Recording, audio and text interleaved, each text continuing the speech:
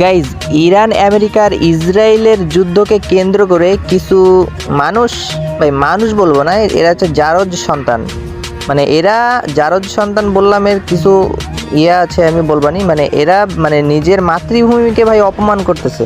এখন অনেকেই বলবা যে কিভাবে অপমান করতেছে, তো তাদের জন্য বলতে চাই গাইজ, মানে অনেক জায়গায় পোস্ট দেখতেছি যে বিভিন্ন ভাই মানে কলা গাছ, তারপরে বানাই বলতেছে, তারপরে হচ্ছে ট্রাকের উপর নারকেল গাছ, তাল গাছ, এইগুলা ভাই বিভিন্ন ছবি স্ক্রিনশট দিয়ে ফেসবুকে পোস্ট দিচ্ছে আর বলতেছে এইগুলো হচ্ছে বাংলাদেশের ব্যালেস্টাইন মিসাইল। ভাই বিভিন্নভাবে মনে করো যে ফানি ভিডিও বানায়, মানে ট্রোল করতেছে। ভাই এটা নিজের দেশকে অপমান ছাড়া আর কিছু হতে পারে না।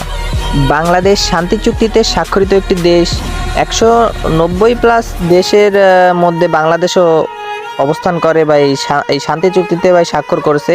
ভাই এরা ইচ্ছা করলেও এরা মানে মিসাইল আবিষ্কার করতে পারবে না, মানে পারমাণবিক বোমা।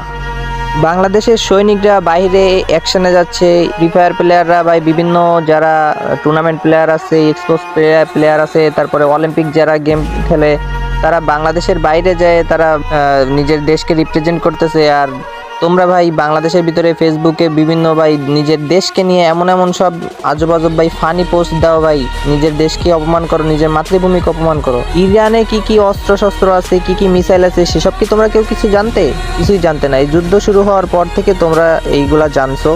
বাংলাদেশের কাছে কিছু না থাকলেও তাদের কাছে অন্তত প্রতিরক্ষার মতো কিছু ব্যবস্থা আছে। যদি সেটা না থাকলো তাহলে বাংলাদেশ আর বাংলাদেশ থাকতো না, বাংলাদেশ হয় ইন্ডিয়ার কোনো অংশ থাকতো, না হলে পাকিস্তানের কোনো একটা অংশ থাকতো।